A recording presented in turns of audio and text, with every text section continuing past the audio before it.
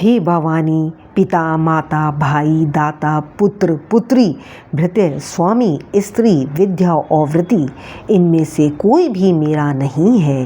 हे देवी, एकमात्र तुम ही मेरी गति हो, तुम ही मेरी गति हो। मैं अपार भव सागर में पड़ा हुआ हूँ, महान दुखों से भयभीत हूँ, कामी लोभी मतवाला तथा घृणा योगे संसार के बंधनों में बंधा हुआ हूँ। हे भवानी, अब एकमात्र तुम ही मेरी गति हो। हे देवी, मैं ना तो दान देना जानता हूँ और ना ध्यान मार्ग का ही मुझे पता है। तंत्र और स्तोत्र मंत्रों का भी मुझे ज्ञान नहीं है। पूजा तथा न्यास आदि की क्रियाओं से तो मैं एकदम कोरा हूँ। अब एकमात्र तुम ही मेरी गति हो।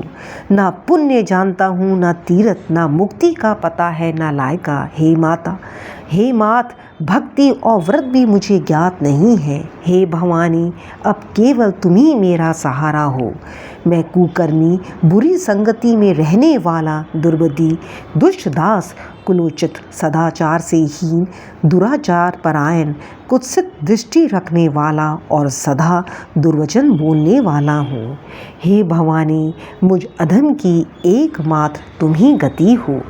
मैं ब्रह्मा, विष्णु, शिव, इंद्र, सूर्य, चंद्रमा तथा अन्य किसी भी देवता को नहीं जानता।